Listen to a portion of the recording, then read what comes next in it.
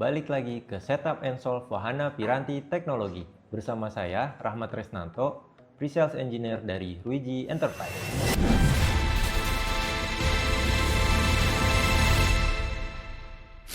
Kalau sebelumnya kita sudah bahas apa itu WizCloud, sekarang kita bahas fitur site survey yang ada di dalam WizCloud. Apa sih itu site survey? Site survey adalah proses analisis lapangan untuk memastikan jaringan Wi-Fi menghasilkan cakupan yang optimal, roaming yang mulus, kapasitas memadai, dan minim interference. Tahapan ini wajib dilakukan sebelum instalasi access point untuk menghindari blind spot, overlapping coverage, dan masalah performa. Site survey itu wajib dilakukan sebelum deployment untuk menganalisis pengaruh rintangan terhadap kekuatan sinyal melalui simulasi kondisi di lapangan, sehingga dapat ditentukan desain perangkat dan penempatan access point yang paling sesuai sebelum instalasi. Oke, langsung saja saya akan mendemokan site survey yang ada di WizCloud. Pertama, kita bisa login menggunakan akun yang sudah kita miliki. Lalu kita checklist di sini. Kita login. Nah, di sini di dashboard ini kita bisa melakukan create project. Kita isikan projectnya. Lalu kita pilih industriesnya. Kita sesuaikan time zone-nya. Lalu kita juga bisa memilih logonya untuk company yang akan kita buat. Setelah itu kita bisa pilih create project. Lalu kita cari project yang sudah kita buat sebelumnya. Kita langsung masuk ke site survey di bagian ini. Kita klik site survey. Lalu setelah itu di bagian planning list kita bisa create planning. Kita isikan planning name-nya. Kita buat Ruiji Office ya. Terus kita isi personilnya yang akan melakukan site survey. Kita isikan nama kita. Lalu site survey date-nya kita isikan juga. Construction unit 1. Lalu solution provider-nya bisa kita isikan sesuai dengan company kita ya. Lalu kita pilih budget tipnya yang high. Nah, setelah itu kita double klik di project yang sudah kita buat. Nah, di sini ada gedungnya ya, building 1. Lalu kita tambahkan dalam gedung itu, misalkan ada beberapa lantai ya, kita bisa tambahkan di sini. Ini ada lantai 1, lantai 2, dan seterusnya. Setelah itu kita bisa memasukkan denah atau layout ya. Kalau kita sudah punya denahnya, kita bisa masukkan denahnya di sini. Kita bisa drag and drop ataupun import. Kita masukkan denahnya, kita upload. Kita tunggu proses uploadnya selesai. Oke, di sini sudah berhasil ya. Kita menggunakan denah dengan skala 1:100 ya di sini. 1:100. Lalu bisa kita zoom out denahnya. Nah, di sini kita lihat ya, ada beberapa ruangan-ruangan, ruangan meeting, ruangan staff, lalu ruangan open space ya atau co-working space di sini juga ada, dan beberapa ruangan-ruangan lain seperti resepsionis dan pantry. Nah, di sini kita bisa masukkan skala di ruler measurement. Nah, di sini kita bisa lihat ada skala 4900 ya. Ini bisa kita tarik garis lurus dengan jarak 4,9 meter karena satuannya di sini meter. Oke, kita klik OK. Lalu setelah itu kita bisa masuk ke bagian plan mode. Nah, di plan mode ini kita bisa nih masukkan obstacle-nya. Jadi hambatan-hambatan apa saja yang ada di lapangan ya, sesuai dengan real di lokasinya. Misalkan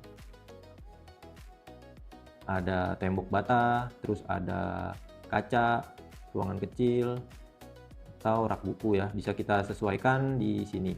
Ini ada pilihannya. Kita pilih yang brick aja, terus kita sesuaikan ketebalan dinding batanya ya. Ini saya pilih 0,12 meter. Terus kita sesuaikan juga warnanya. Nah, di sini saya akan mencontohkan tarik garis lurus. Nah, lalu kita buat obstacle apa saja yang menggunakan dinding bata.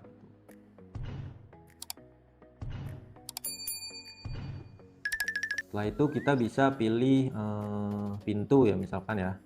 Kita pilih di sini dengan warna coklat. Ini pintu kita ibaratkan partisi board ya. Ini bisa kita sesuaikan. Terus ini partisi board, ini juga partisi board, ini partisi board, ini juga partisi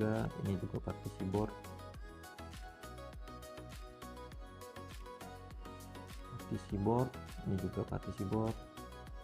Nah, ini kita bisa sesuaikan juga menggunakan kaca ya. Kalau ada kaca jendela di depan ruangan-ruangan VIP room, ruangan manager room, ini menggunakan kaca.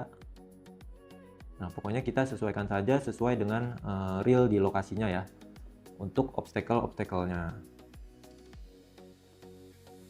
Setelah obstacle-nya sudah kita buat, kita bisa melakukan save ya. Di sini kita save. Lalu kalau sudah berhasil di save, kita masuk ke device mode. Nah, device mode ini kita bisa menitikan atau mendeploy ya beberapa access point, seperti access point outdoor. Di sini ada beberapa tipe access point outdoor, terus ada access point indoor, ada beberapa tipe juga yang bisa kita pilih ya, dan access point wall. Ini ada beberapa tipe access point wall.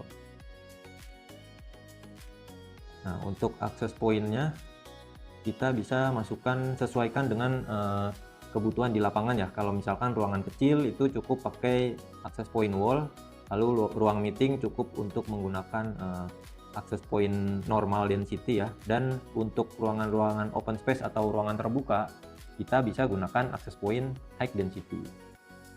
Nah, untuk access point wall-nya kita bisa pilih AP180i ya. Nah, ini kita masukkan di beberapa ruangan.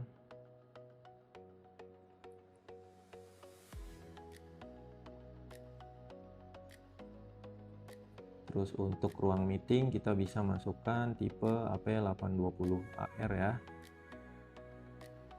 Dan untuk high density kita bisa gunakan AP880AR gitu di bagian sini dan bagian sini. Nah, access point-nya pun kita bisa atur ya untuk channelnya. Di sini ada 880AR, channel 1, channel 2-nya channel 149, channel 3-nya 36, dan channel AI radio-nya ini channel 149. Lalu di access point sebelahnya bisa kita atur ya. Ini di sini kita ganti ke channel 6. Lalu channel 5 GHz-nya 153. Terus radio 3-nya kita ubah ke channel 40. Nah, seperti itu. Nah, terus kita juga bisa mensimulasikan radio frekuensi yang di broadcast oleh access point tersebut.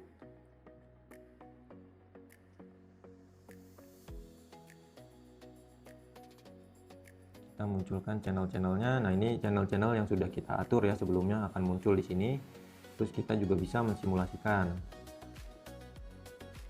Nah, seberapa jauh coveragenya gitu. Terus ada juga simulasi interference.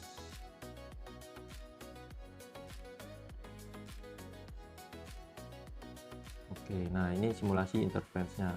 Nah, untuk interference ini bisa kita atur, kita sesuaikan ya supaya si channel-channel antar access point ini tidak saling bertabrakan gitu ya, atau tidak sama gitu.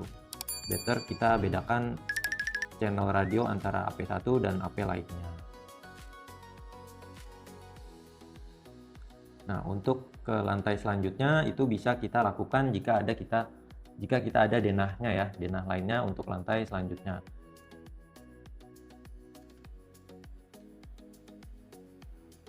Setelah itu kita bisa juga melihat ya hasil site survei kita yang sudah kita lakukan. Nah, ini akan muncul kuantitinya ya dari perangkat-perangkat yang sudah kita deploy ke dalam peta ini, denah ini. Gitu. Jadi kita bisa summary-kan total access point-nya ada berapa, dan itu bisa kita gunakan juga buat menghitung kebutuhan switch-nya juga gitu berdasarkan data ini. Oke, paling itu dulu saja yang dapat saya sampaikan ya di setup and solve kita kali ini. Oke, terima kasih.